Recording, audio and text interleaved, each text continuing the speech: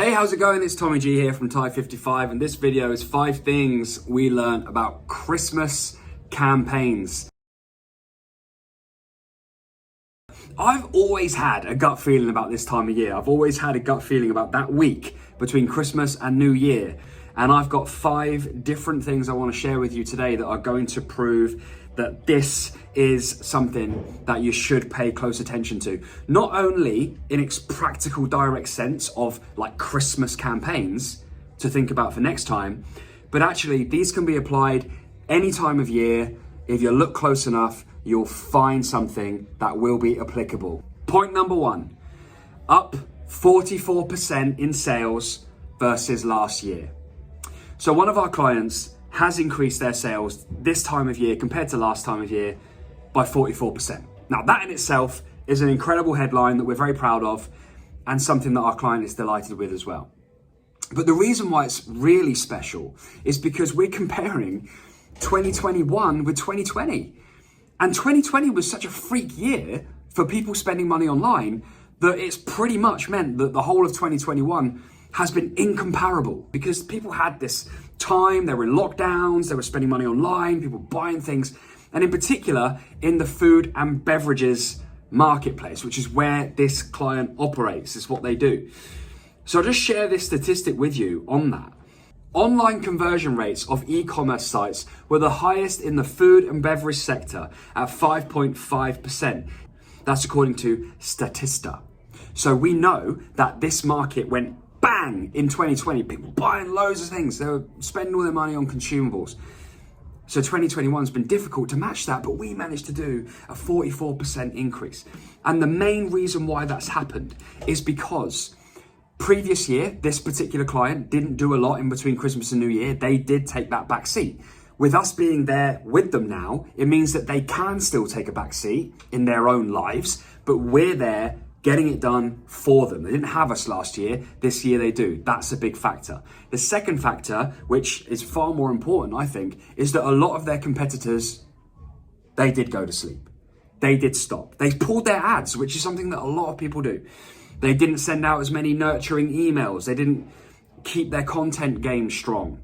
And so because this client was there doing it, they had all the attention, and therefore when people wanted to buy the thing that they sell, it was them that they went to. A lot of these were new customers as well, which is fantastic, isn't it? So up 44% on last year. Something to take from that, I'm sure, if you're a business owner. Look deep into what I've just said and how does that apply to your business in 2022. Number 2, cost per leads from £1.20 down to 32 pence. Now that is a dramatic decrease.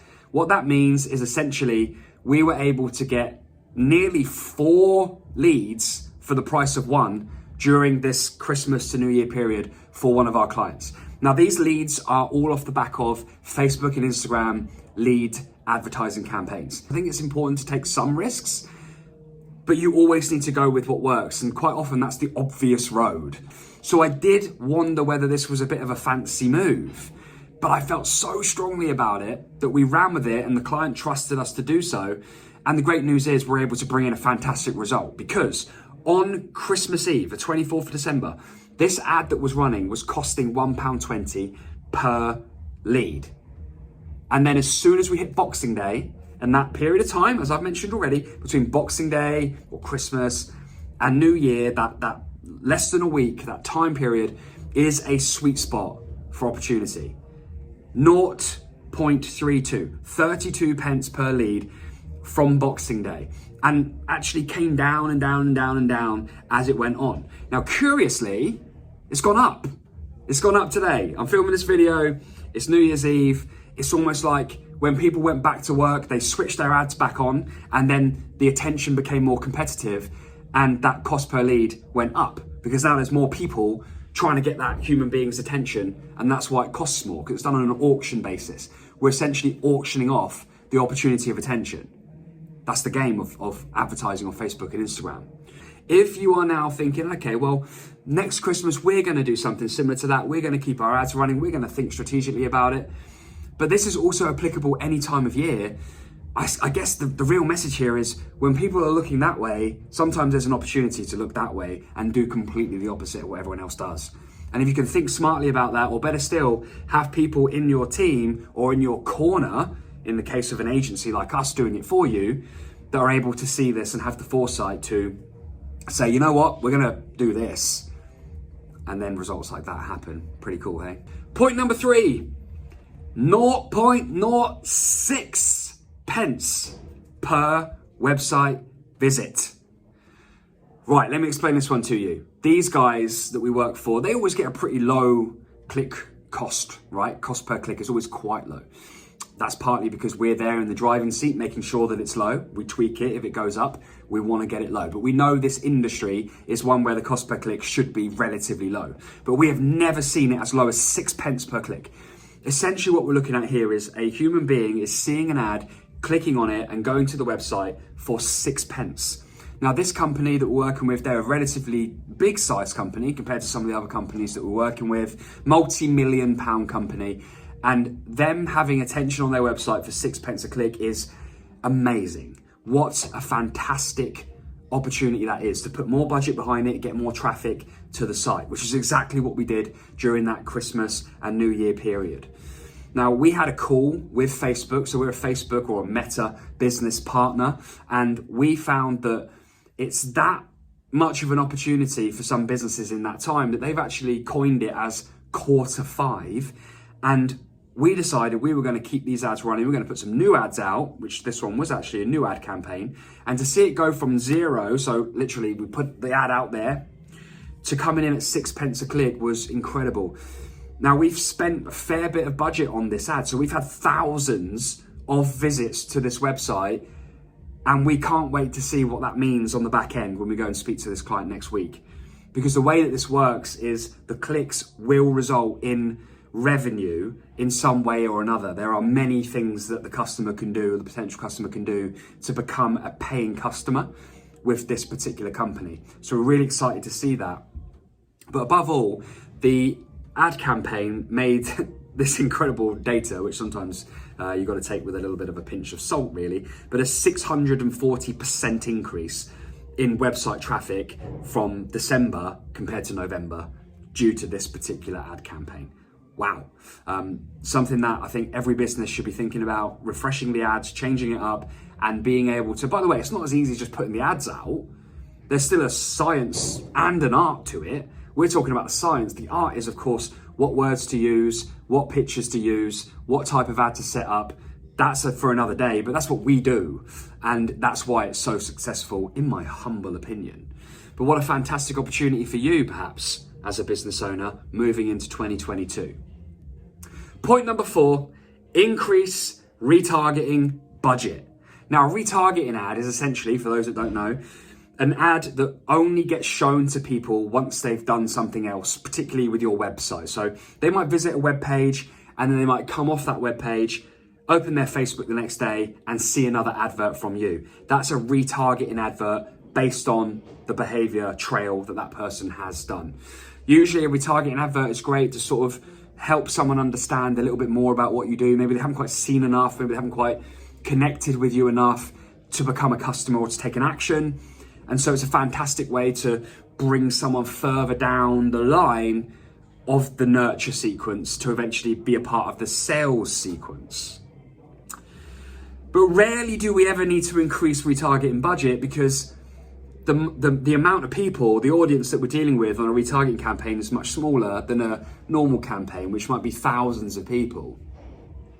We're not necessarily talking about thousands of people that have visited the website over the last 7 days, then see the retargeting ad. We're usually talking about a much smaller percentage of people. So the budget is healthy. Usually it's getting shared out and getting seen quite a lot. But in this particular case with this client, we had to increase the retargeting budget. Well, what does that mean? You might be thinking. Well, what it means is during the period of time, Christmas and New Year, it wasn't just social media that was hot. It wasn't just social media that was flooded with traffic of people looking on their devices and consuming information because they were at home, mostly consuming Quality Street and celebrations at the same time. But albeit they were using their devices to look at social media, and that's why they were seeing all these ads. But with a retargeting ad, it means they would have had to have been on the website first. So it means as well that people were browsing the internet. They were literally on the interwebs, looking at websites, looking at things that they want, things that they are considering in the new year, sales that they might have found through Google searches or whatever. So now that means that we know that traffic must have been up to go to that person's website, search for what it is that they provide, to then become one of our retargeting audience members. And therefore us having to put that retargeting budget up because more people were in it. I hope that makes sense. It's really quite fascinating and something that we've never seen before. And interestingly, can be relevant any time of year, any kind of campaign that you're running may have to increase retargeting budget if people are increasing their desire to look at what you do and go to your website more frequently. So pretty interesting. And point number 5, I love this one. I love this one because it's exactly what we're about at Tide 55. The most common thing to do at this time of year for most businesses, considering that most business owners, they just want to chill. They just want to have a rest. They want to get out, sharpen the axe, ready to go again in the new year. So if they are doing any kind of advertising or any kind of promotion, it's usually a little bit slapdash and it's usually a general sale. Just a sale on items, a sale on products. They slap a 25% sticker on it and they go, there you go, that'll do. And they sit back, they wait and see what happens. And if the sales come, great. If they don't, then it's not such a big deal.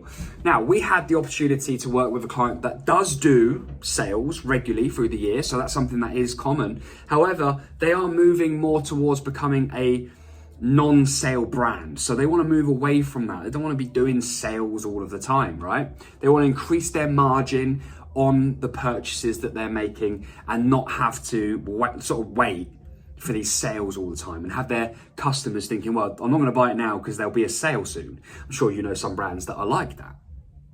But we decided this year, even though last year was great for these guys, we considered all of the factors that we know about this client. We looked at the strategy, we looked at the objectives, sales objectives, we looked at the medium-term goals for the brand. We decided not to do a sale. And it was tough. I know it was really hard for the business owner in question here to sit on his or her hands waiting when they really wanted to just press the button and just do the sale. You know, I had messages coming through on Boxing Day and on the 27th, you know, oh, should we change our mind? Should we go and do the sale? Well, we didn't do the sale. Now, the reason why we didn't do the sale is because, yes, we want to move away from being a sale brand, but well, we figured, let's be patient. Let's run lots of content. Let's run ads on the front end. So awareness ads, because we know the attention's going to be high and the competition's going to be low. So the cost per click or the cost per view or the cost per lead will be lower, which it was. It proved to work. But then we'll hit it hard in January. We'll use all that traffic that we've gained from website visits, from leads that we've captured online, and we'll go for it in January. We'll put the January sale out there. We'll be patient through that Christmas and New Year period. We'll generate all the attention through showing what we're about, telling the story, and then we'll share the sale. By then, people have had another payday.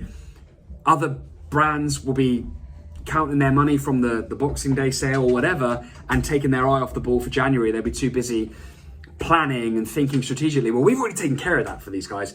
We're not having a sale, but we're kicking it big from tomorrow. January sales for these clients. I don't know how that's going to go yet because it's not Christmas Eve, it's New Year's Eve right now. So it hasn't actually happened. So you'll have to tune into the next video to find out how that went. But I would like to see, I'll put my neck on the line a little bit here. I would like to see record sales for campaigns that we've run in the past for these guys. You know, I'd like to see that revenue being at an all-time high. So you'll have to wait and see what happens. But I hope you've enjoyed this video. Do let me know which one of these points you think will be most relevant to you moving into 2022. And as always, if you think there is a way that Tide 55, myself and my team can assist you and your business in 2022, then don't be shy. You know, the only stupid question is the one you don't ask. So reach out and let me know what it is that's on your mind. If there's any way that I can help you, then I will. Thanks for watching. See you soon.